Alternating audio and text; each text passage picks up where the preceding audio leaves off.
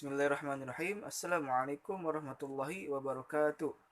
Rabbi shrah li sadri wa yassir li amri wahlul 'uqdatam min lisani yafqahu qawli wasadid lisani wa qalbi bi haqqi sayyidina Muhammadin sallallahu alaihi wasallam. Rabbi zidni ilman warzuqna fahman bi rahmatika ya arhamar rahimin. Amin. Alhamdulillah, segala puja puji syukur mari kita curah limpahkan kepada Allah yang maha segalanya karena berkat rahmat dan hidayahnya sehingga kita bisa memulai kembali pelajaran KBM ya seperti biasanya, walaupun sekarang agak sedikit berbeda ya. Tidak seperti biasanya yaitu tatap muka. Akan tetapi Bapak berharap kalian harus tetap semangat walaupun belajarnya tidak langsung bertatap muka. Sebelum mulai pelajaran, alangkah baiknya kita berdoa kepada Allah Subhanahu wa taala. Niat yang pertama ya supaya virus corona ini cepat hilang dari bumi Indonesia kita tercinta. Yang keduanya supaya Allah mudahkan ya niat kita untuk menuntut ilmu ya. Ala hadiniyah wa ala kulli niyatin sholihah wa ila hadratin nabiyil mustafa rasulillah sallallahu alaihi wasallam. Siril Fatihah.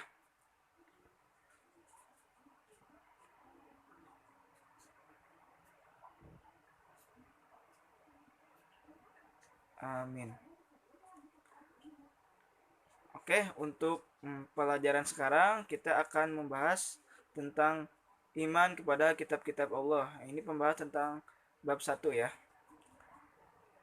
Pengertian iman kepada kitab-kitab Allah yaitu percaya dan yakin dengan sepenuh hati bahwa Allah Subhanahu wa taala telah menurunkan kitab-kitabnya kepada para rasul-rasulnya untuk disampaikan kepada seluruh umat manusia untuk menjadi pedoman hidup bagi manusia agar dapat meraih kebahagiaan di dunia maupun di akhirat.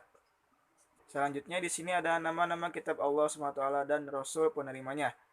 Yang pertama ada kitab Taurat, yaitu yang diturunkan kepada Nabi Musa alaihissalam pada abad ke-12 sebelum Masehi, serta diturunkan kepada bangsa Bani Israel, yaitu di Bukit Tursina. Terus bahasa yang digunakan dalam kitab Taurat adalah bahasa Ibrani. Selanjutnya di sini penjelasan tentang pokok-pokok ajaran Taurat. Yang pertama, perintah mengesahkan Allah Subhanahu wa taala.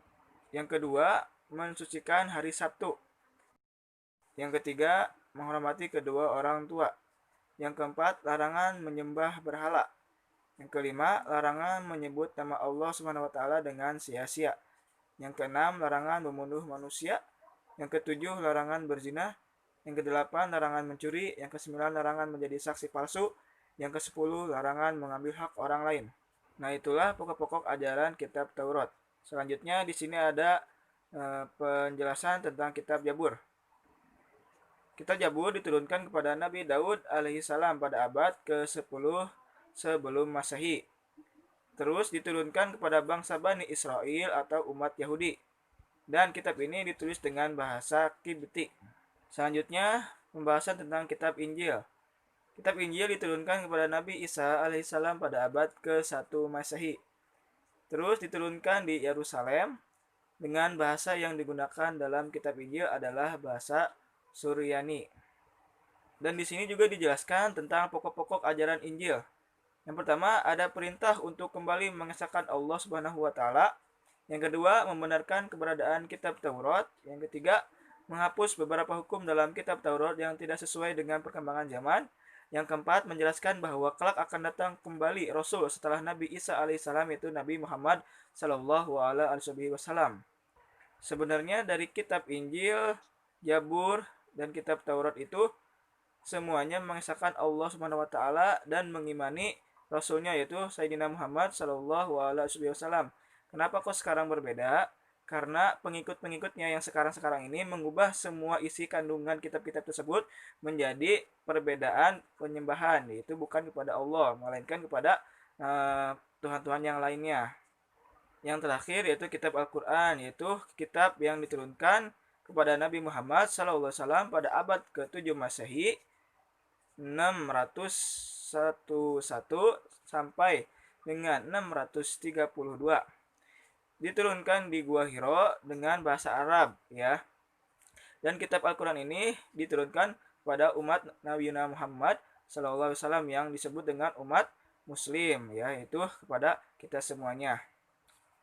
Selanjutnya di sini menjelaskan tentang pokok-pokok ajaran Al-Qur'an. Yang pertama, di Al-Qur'an itu akan menjelaskan tentang akidah atau keyakinan, menjelaskan juga tentang akhlak, budi pekerti, menjelaskan juga tentang ibadah, menjelaskan juga tentang muamalah, dan menjelaskan juga tentang tarikh atau sejarah. Keutamaan membaca Al-Qur'an. Isi kandungannya lengkap karena mengandung segala aspek kehidupan. Isi sesuai dengan perkembangan zaman. Susunan bahasanya yang sangat indah. Membaca dan mendengarnya merupakan ibadah, memuliakan akal pikiran manusia, menjadi penawar penyakit, membenarkan keberadaan kitab-kitab Allah Subhanahu wa taala yang terdahulu dan menyempurnakan hukum-hukumnya. Sebagai mujizat Nabi Muhammad sallallahu alaihi wasallam yang paling besar, tidak pernah mengalami perubahan karena terpelihara kemurniannya sampai akhir zaman, memadukan antara ilmu, iman, dan amal perbuatan. Alaihissalam pun pernah bersabda, "Man qara'a harfan min kitabillah falahu bi hasanatun wal hasanatu bi asyri amsalihha. La aqulu alif lam min harfun walakin alif lam min harfun walamun harfun wa mimun harfun."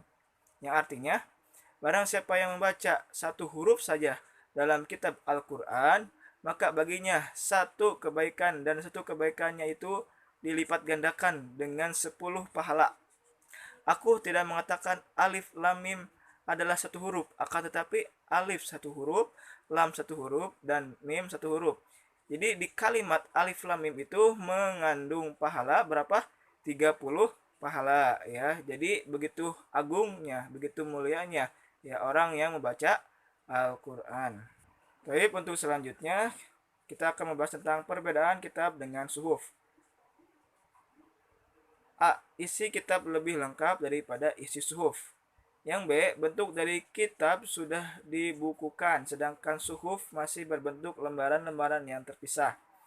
Yang C. Kitab biasanya berlaku lebih lama daripada suhuf. Yang berikutnya, Nabi yang menerima suhuf ada dua. Yang pertama, Nabi Ibrahim alaihissalam menerima 10 suhuf. Dan yang kedua, Nabi Musa alaihissalam menerima 10 suhuf. Selanjutnya di sini ada hikmah beriman kepada kitab Allah Subhanahu wa taala. Yang pertama, memberikan petunjuk kepada manusia. Yang kedua, pedoman agar manusia tidak berselisih. Yang ketiga, memberikan informasi sejarah kehidupan orang-orang terdahulu. Yang keempat, manusia dapat mengetahui besarnya perhatian dan kasih sayang Allah Subhanahu wa taala. Yang kelima, manusia yang beriman dapat mengetahui dan membedakan mana yang baik dan mana yang buruk. Yang keenam, mensyukuri segala anugerah dan nikmat dari Allah Subhanahu wa taala. Ketujuh, hati manusia menjadi lebih tentram dan menambah ilmu pengetahuan. Yang kedelapan, memiliki sifat toleransi yang tinggi karena kitab-kitab Allah Subhanahu wa taala menjelaskan tentang sikap toleransi. Terakhir, yang kesembilan, meningkatkan kesabaran dalam menerima cobaan, ujian, dan cobaan yang menimpa dirinya. Baik, nah sekarang Bapak akan memberikan tugas. Untuk tugasnya, silahkan kalian rangkum ya video ini ke dalam buku catatan agama Islam kalian. Ya, silahkan ya. Untuk pertemuan hari ini, Bapak cukupkan sampai di sini saja. Nanti kalau misalkan ada yang kurang paham atau yang ingin ditanyakan, silahkan nanti ke guru pembimbingnya masing-masing ya. Kurang lebihnya mohon dimaafkan. Wabillahi taufiq wal hidayah. Assalamualaikum warahmatullahi wabarakatuh.